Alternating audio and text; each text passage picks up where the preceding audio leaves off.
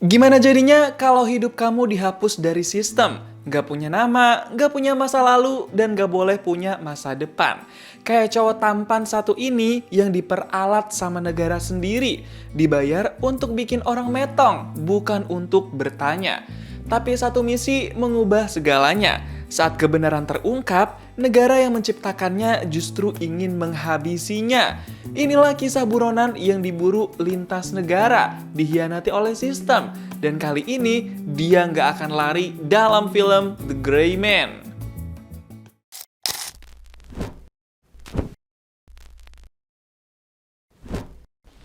Tahun 2003 ada cowok tampan satu ini yang lagi di penjara. Dia namanya Gentry, diperanin sama Ryan Gosling. Tapi kita panggil aja Six. Soalnya dia ini bakal direkrut sama petugas CIA dan dijadiin agen khusus buat CIA. Sebenarnya Six ini sekarang lagi di penjara karena kasus yang bikin dia jadi pelaku atas kematian orang lain. Six divonis penjara selama 30 tahun. Kalau orang di depannya ini namanya Fitzroy. Dia petugas CIA yang mau rekrut Six jadi agen khususnya. Fitzroy bilang kalau dia bakal ngebebasin Six dari penjara, asalkan Six mau kerja jadi agen khusus buat CIA. Fitzroy bilang dia mau jadiin Six sebagai aset, bukan sebagai beban yang harus dipenjara. I'm here to help you become a value add instead of a value lost. So why don't you take all the pain or whatever the hell got you here, turn it around and make it useful. Gak butuh waktu lama buat mikir, Six langsung tertarik sama tawarannya tuh. Dan di situ mereka sepakat untuk menjalin kerjasama jangka panjang. 18 tahun kemudian, alias di tahun 2021, Six masih setia kerjasama CIA. Kayak sekarang nih, dia lagi ada di Bangkok, Thailand buat menjalankan misi dari CIA. Di misi kali ini, dia ditemenin sama satu orang agen CIA. Cewek agen CIA ini namanya Denny Miranda. Diperanin sama Ana de Armas. Kita panggil aja Miranda. Mereka berdua bakal ngejalanin misi dari CIA. Mereka lagi di tempat ramai nunggu target mereka datang nih ke tempat itu buat dibikin metong. Di suatu ruangan tersembunyi di tempat itu, Six bersiap buat melakukan aksinya. Dia siapin tuh senjetong yang bakal dia pakai buat bikin metong targetnya nanti. Six bener-bener jago banget kalau soal pakai senjetong dan bikin orang metong. Kayak udah jadi makanan sehari-harinya gitu. Setiap aksi dari Six bakal dipantau sama komandannya nih, namanya Carmichael. Dia mantau Six dari markas CIA di Amerika Serikat. Dia yang bakal kasih perintah buat Six. Gak lama kemudian, akhirnya target mereka udah masuk ke tempat itu. Six sama Komandan Carmichael udah siap-siap nih buat fokus ngelakuin aksi mereka. Pas orang yang jadi target itu udah di atasnya Six, dia langsung ngarahin senjetongnya supaya pas ke arah targetnya itu. Komandan Carmichael bener-bener udah ngeburu-buruin banget Six supaya bisa tepat sasaran. Tapi tiba-tiba Six nggak jadi pakai senjetong buat bikin metong si target. Six ngeliat ada anak kecil di situ. Jadi dia mau ngelakuin misi pakai cara lain. Si Komandan Carmichael malah sebel tuh. Six keluar dari ruangan itu dan nyalain alarm gedung biar listriknya padam dan bisa ngelakuin misi ini dengan gelap-gelapan. Langsung aja tuh Six sikat habis semua anak buahnya si target pakai alat tajam. Dia bener-bener kelihatan udah mahir banget ngelakuin itu. Tanpa banyak dilawan sama anak buahnya si target dong. Pokoknya gerak cepet banget dah dia. Miranda juga bantu Six buat bikin metong beberapa anak buahnya si target yang ada di situ. Cuma berdua, tapi gokil banget nih aksi mereka. Sampai akhirnya Six duel sama targetnya CIA. Mereka kelihatan sama-sama kuat nih di sini. Sama-sama jago gitu aksinya. Di situ si target ngomong kalau dia tahu Six itu agen khususnya CIA. Dan di situ juga si target kasih tahu kalau dia adalah Four. Dia ngaku sebagai mantan agen khusus juga buat CIA sebelum Six kerja. Dia bilang CIA itu busuk, misinya nggak ada yang benar. Jadinya dia keluar dari CIA. Tapi karena belum percaya, jadinya Six ngehantam si target lagi. Six masih percaya sama CIA. Sampai-sampai akhirnya si target metong di tangan Six. Dia udah nggak bisa berkutik lagi. Si target cuma bilang, Komandan Carmichael itu banyak bohongnya. Jadi dia minta Six buat berantas Komandan Carmichael. Take this and bring the bastard down. I don't want it. You trust Carmichael? Awalnya Six masih belum bisa percaya, walaupun lama-kelamaan dia ada kecurigaan juga nih sama si Yaye. Dan akhirnya Six mau ambil kalung dari si target itu. Six mau coba cari tahu apa maksud si target. Apa benar Komandan Carmichael itu sebenarnya bohong dan busuk orangnya. Nggak lama kemudian si target itu langsung beneran metong. Pas Miranda datang ke situ, dia langsung mastiin kalau si target udah bener-bener metong.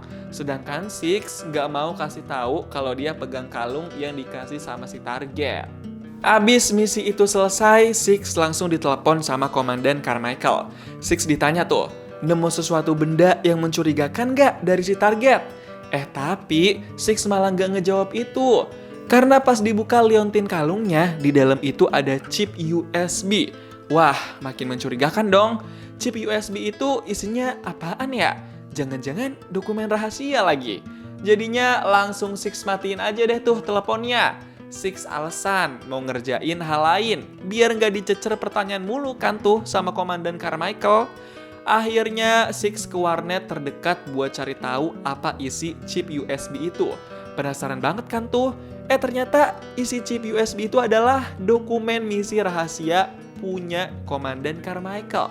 Tapi dokumen itu terkunci. Harus ada password buat bukanya. Gak lama kemudian Miranda nelpon Six. Miranda bilang dia bakal balik lagi nih ke markas CIA. Tapi Six bilang dia nggak ikut. Jadinya ya udah deh, Miranda balik sendirian tanpa Six. Sedangkan Six mau mencari tahu soal dokumen rahasia Komandan Carmichael. Gak lama setelah itu, Six telepon Fitzroy, mantan petugas CIA yang 18 tahun lalu ngerekrut Six. Fitzroy sama Six itu udah kayak bapak dan anak. Mereka udah lama kerja sama bareng sejak Six dibebasin dari penjara. Tapi Fitzroy udah agak lama dipecat dari CIA sama Komandan Carmichael. Six tanya-tanya lah, Fitzroy masih punya kenalan gak di CIA? Karena Six mau tanya-tanya soal dokumen rahasia di chip USB itu dan apa hubungannya dengan Komandan Carmichael. Tapi Fitzroy untuk sementara cuma bisa bilang nanti dikabarin kalau kenalannya itu masih mau komunikasi. Dan sekarang Six mau ke tempatnya Fitzroy. Sementara itu Komandan Carmichael udah curiga nih sama Six karena nggak bisa dihubungin sama sekali. Dia yakin Six nyimpen chip USB itu. Dan akhirnya Komandan Carmichael memutuskan mau nyuruh rekan kerja lamanya buat mencari dan memburu Six. Nah, ini dia orang yang bakal ditugasin sama Komandan Carmichael. Dia namanya Lloyd Hansen, diperanin sama Chris Evans. Kita panggil aja Hansen. Komandan Carmichael langsung nugasin Hansen buat ambil chip USB di Six dan bikin metong orangnya. Give me a name. Sierra 6. Could be fun. The man's got some street cred. Got his hands on some compromising information. Kind of could put us all in a cold, dark place. So, get it back. Make him gone. Susan, asistennya Komandan Carmichael, bakal membantu Hansen selama bertugas. Six berangkat ke tempat Fitzroy pakai pesawatnya Fitzroy. Di situ dia dijemput tuh sama anak buahnya Fitzroy. Di sisi lain, Miranda ditelepon sama Komandan Carmichael. Si komandan pengen Miranda ikut dia ke Jerman. Wah, mau ngapain mereka ya? Sementara itu, ternyata Fitzroy udah didatengin duluan sama Hansen. Di situ, Hansen langsung belak-belakan nanya, di mana keberadaan Six? Fitzroy awalnya cuma pura-pura nggak tahu dulu kan tuh. Dia curiga ada sesuatu yang nggak beres. Tapi Hansen lama-lama makin maksa Fitzroy buat bicara tentang Six sekarang ada di mana. Bahkan Hansen sampai kasih foto kalau keponakannya Fitzroy lagi ditahan sama anak buahnya Hansen. Jadi mau nggak mau nih, Fitzroy kasih tahu keberadaan Six. Fitzroy langsung telepon anak buahnya buat nyuruh bikin metong Six. Fitzroy terpaksa lakuin itu karena diancam sama Hansen. Duh, kok jadi begini ya? Pas mau disamperin, ternyata Six udah siap siaga duluan. Jadi langsung dia lawan tuh 3 orang anak buah Fitzroy. Six bener-bener gak kasih ampun, karena dia tahu anak buah Fitzroy juga gak bakal segan buat bikin dia metong. Padahal Six ngelawan beberapa orang, tapi dia jago bener sampai gak kesentuh sama anak buahnya Fitzroy tuh. Sampai akhirnya, keributan di dalam pesawat itu bikin bodi pesawat jadi jebol. Gawat banget kan?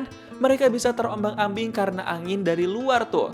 Lama-kelamaan, kondisi bodi pesawat itu makin parah. Bukan cuma jebol, tapi juga sampai kebakar. Sampai-sampai nih, Six terhempas dari pesawat itu. Dia melayang di udara tanpa parasut kan nih. Tapi untungnya, Six ngelihat ada anak buahnya Fitzroy yang pakai parasut tuh. Jadi langsung aja deh Six terjun ke situ buat ngerebut parasutnya. Bayangin coba, di udara rebutan parasut dong. Untungnya Six bisa menang tuh. Pas sampai daratan, Six langsung telepon Fitzroy. Fitzroy kasih tahu kalau dia diancam. Keponakannya ditahan sama orang yang ngancam. Sampai akhirnya Hansen ngambil HP Fitzroy buat ngobrol sama Six. Hansen langsung belak-belakan kalau dia pengen chip USB yang ada sama Six. Tentunya Six nggak akan mau kasih itu. You can give me the asset you stole and I won't have to chop your head off. When you say things like chop your head off, it makes You you sound untrustworthy.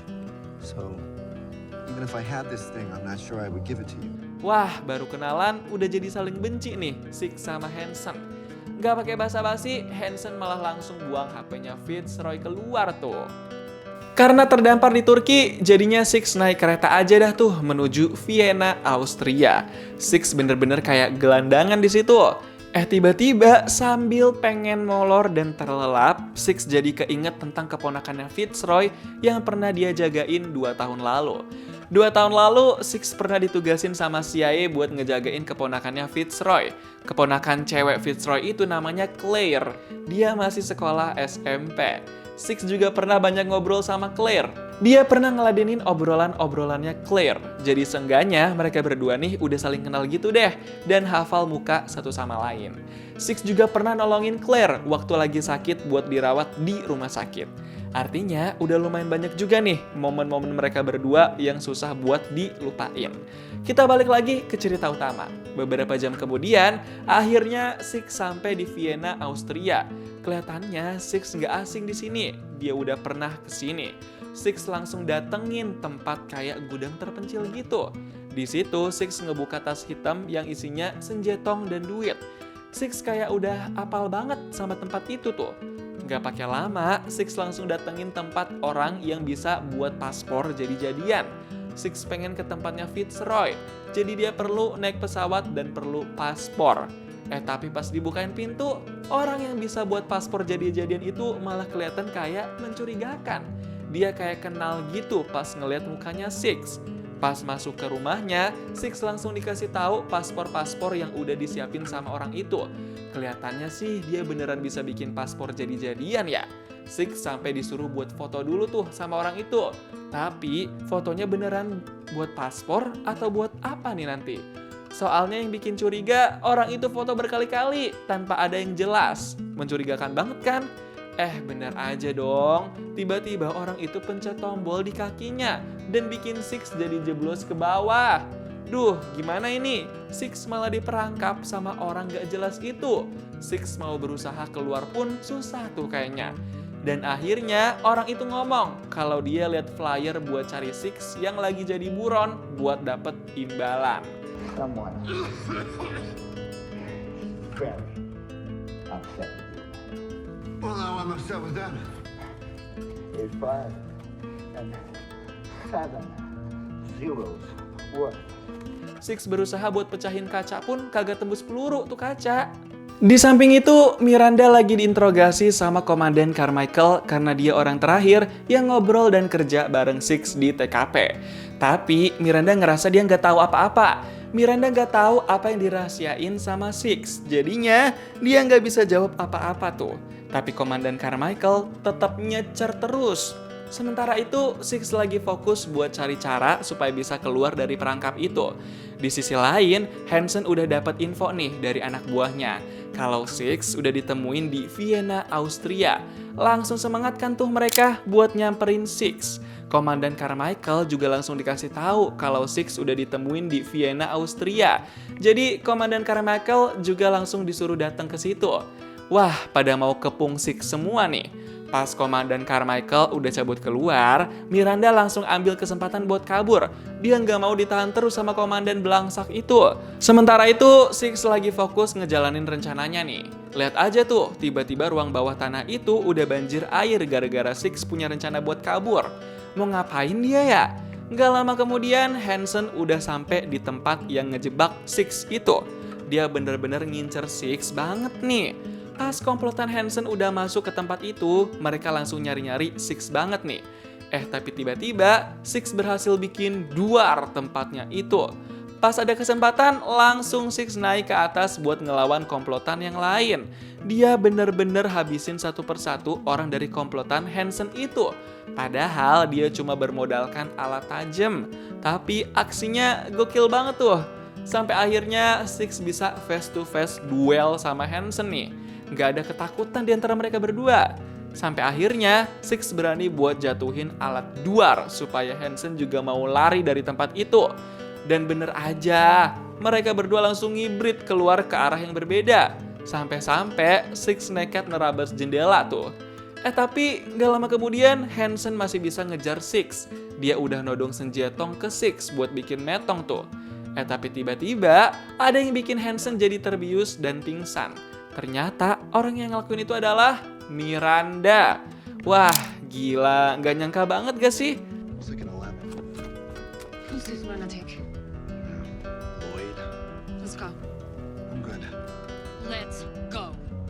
It sounded like a question. Six dipaksa buat ikut ke mobil sama Miranda tuh. Ya udah deh, dia nurut aja. Tapi tiba-tiba Miranda ngabius dan bikin pingsan Six juga. Jadinya Six langsung disimpan di bagasi mobil tuh. Duh, mau apa ya dia sebenarnya?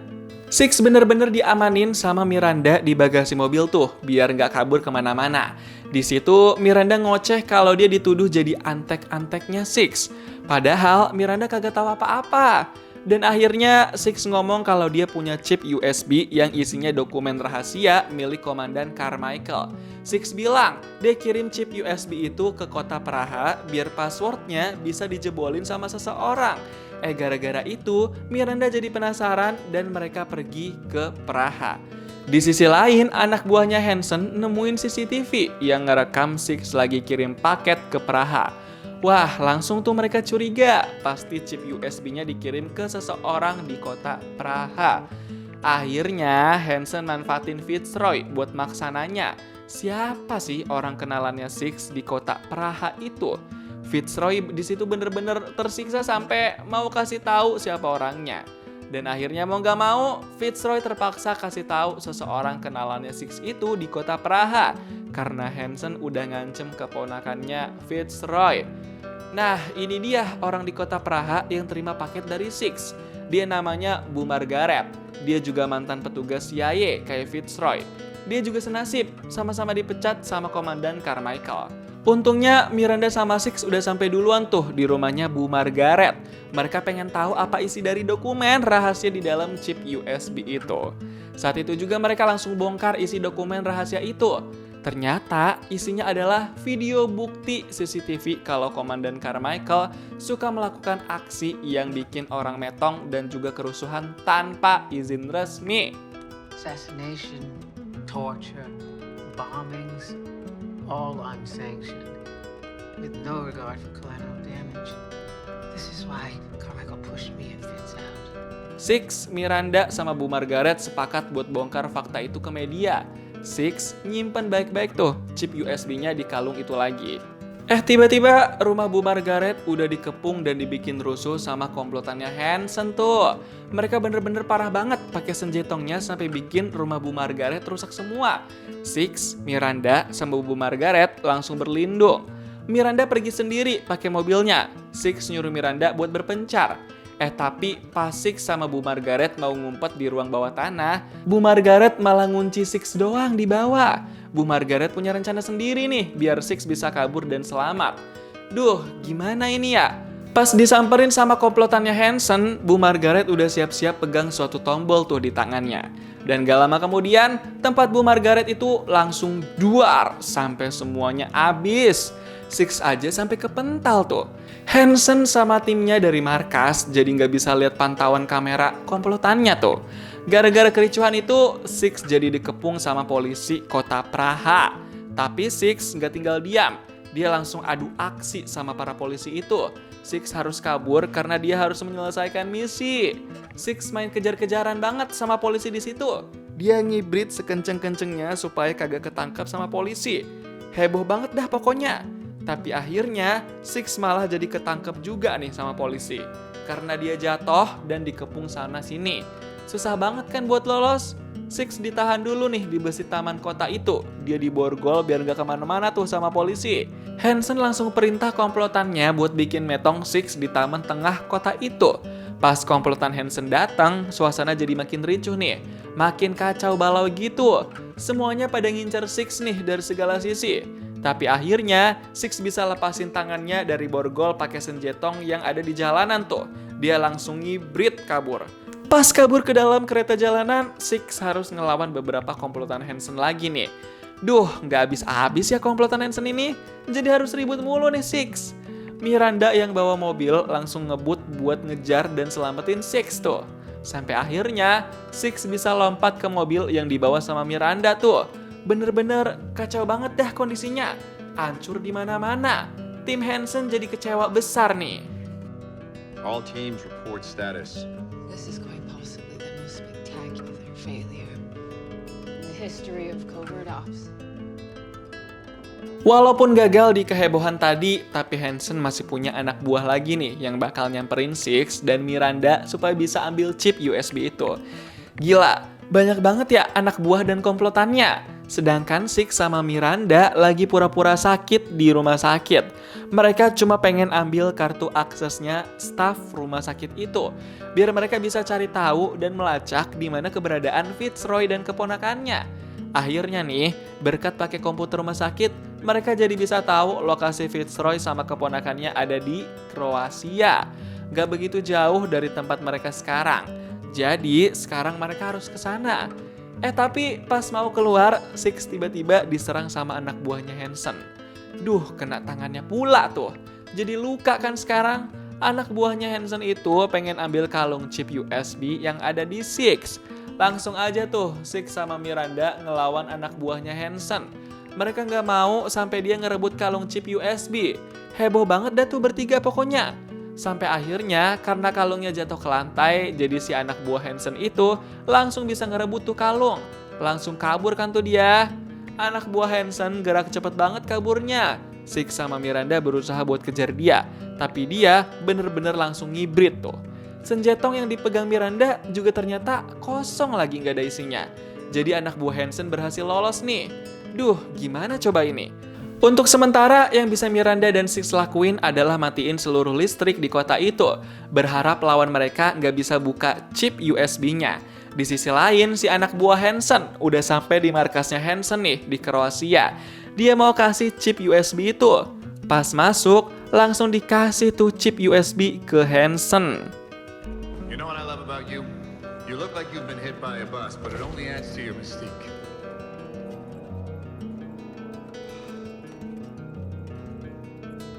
Yes. Tapi tenang aja, karena Miranda sama Six udah sampai di depan markas Hansen juga. Mereka nyiapin senjetong buat ngeberantas Hansen dan para komplotan tuh. Pas mau ngebuka isi chip USB itu, tiba-tiba listriknya dimatiin sama Miranda dan Six. Jadi mereka nggak bisa lihat nih. Bingung kan tuh? Gak lama kemudian, situasi dibikin makin ricuh sama Six dan Miranda. Gara-gara itu, Hansen jadi murka dan turun tangan nih. Dia mau ngelawan Six sama Miranda juga. Fitzroy sama keponakannya yang ada di kamar atas lagi panik nih. Mereka takut metong di situ. Mereka masih nunggu kedatangan Six. Dan gak lama kemudian, mereka bisa ngelihat Six masuk ke dalam markas itu. Dan di sini Hansen sama komplotannya belum pada sadar. Karena yang bertugas di luar itu adalah Miranda. Jadi pada nggak ngeh tuh Six ada di dalam. Dari luar nggak pakai lama, Miranda langsung bikin duar tempat komputer markas Hansen itu. Bener-bener semuanya langsung pada rusak tuh. Udah nggak kasih ampun nih Miranda. Sementara itu, Six sama Fitzroy dan keponakannya lagi kesusahan banget nih. Soalnya Six berjuang sendirian. Fitzroy udah sekarat. Keponakannya cuma bisa ketakutan doang. Akhirnya Fitzroy maksa Six buat bawa pergi keponakannya. Fitzroy bilang dia rela metong karena udah sekarat juga. Walaupun gak mau, tapi Six terpaksa harus lakuin itu karena udah kepepet.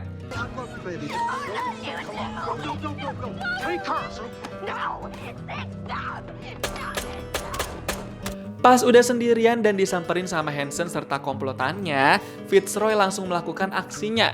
Dia ledakin tuh alat duar biar bisa bikin orang sekitarnya ikutan metong. Keponakannya yang ngeliat itu dari bawah langsung nangis histeris. Di samping itu, ternyata kalung chip USB-nya sekarang lagi ada di tangan anak buahnya Hansen tuh. Dia yang nemuin di tengah habis kericuhan tadi. Di sisi lain, ada Miranda nih yang lagi duel sama anak buahnya Hansen karena rebutan kalung. Heboh banget tuh mereka ribut. Tapi tiba-tiba anak buahnya Hansen mau kasih kalung chip USB itu secara sukarela. Soalnya dia juga udah muak sama Hansen yang kagak memperlakukan manusia dengan baik. Wah, gitu kayak dari tadi ya. Sedangkan di luar, Hansen ngejar Six yang tadinya udah mau kabur tuh. Mereka jadi duel lagi di sini. Six versus Hansen. Mereka bener-bener gak ada yang mau kalah. Saling hantam satu sama lain. Duel ekstrim banget tuh pokoknya. Keponakannya Fitzroy sempat ngebantuin Six. Tapi tetap aja, Hansen terabas terus tuh gak mau kalah. Malah lama-kelamaan Hansen bisa nangkap keponakannya Fitzroy itu. Duh, jadi ditahan lagi nih keponakannya Fitzroy itu. Keponakan Fitzroy itu awalnya diancam pengen dibikin metong sama Hansen. Tapi tiba-tiba Hansen minta Six buat lepasin senjatongnya. Kalau dia mau keponakannya Fitzroy dilepasin. Dan akhirnya Six nurutin permintaan Hansen itu. Demi keponakannya Fitzroy bisa aman. Abis itu keponakannya Fitzroy langsung dilepasin lagi sama Hansen. Karena Hansen ngajak Six buat adu aksi dengan tangan kosong. Wah, bakal duel lagi nih mereka. Keponakannya Fitzroy itu disuruh pergi dulu sama Six biar dia nggak ikut kena imbas dari duel antara Six dan Hansen. Nggak pakai lama, duel Six versus Hansen langsung dimulai. Mereka bener-bener mau main tangan kosong nih, saling mengandalkan kemampuan bela diri masing-masing. Di pertengahan, Six kelihatan bisa menang lawan Hansen karena dia ngehantam Hansen berkali-kali tuh. Jago banget kan ya? Sampai akhirnya Hansen metong gara-gara jadi sasaran senjetong dari orang yang tiba-tiba datang. Orang itu adalah Susan, asistennya Komandan Carmichael. Wah, ternyata udah muak juga tuh dia sama Hansen. Dan akhirnya Hansen metong di saat itu juga. Mampu itu si Hansen.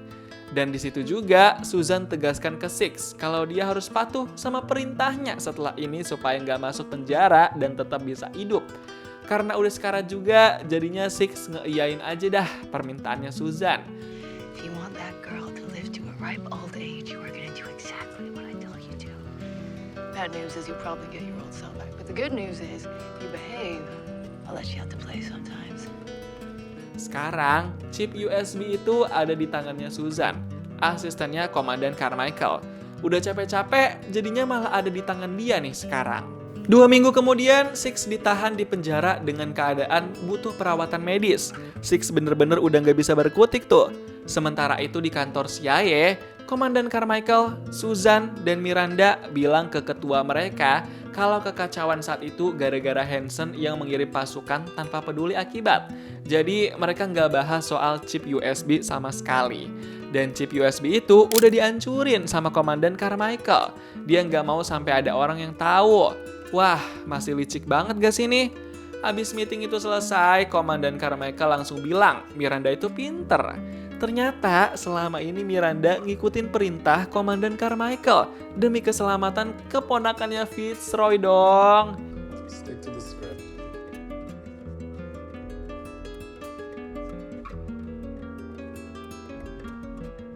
If anything ever happens to Claire Fitzroy, deal solved. Abis itu, pas mau ngeliat kondisi Six di penjara, ternyata kondisi penjara udah pada banyak orang yang metong.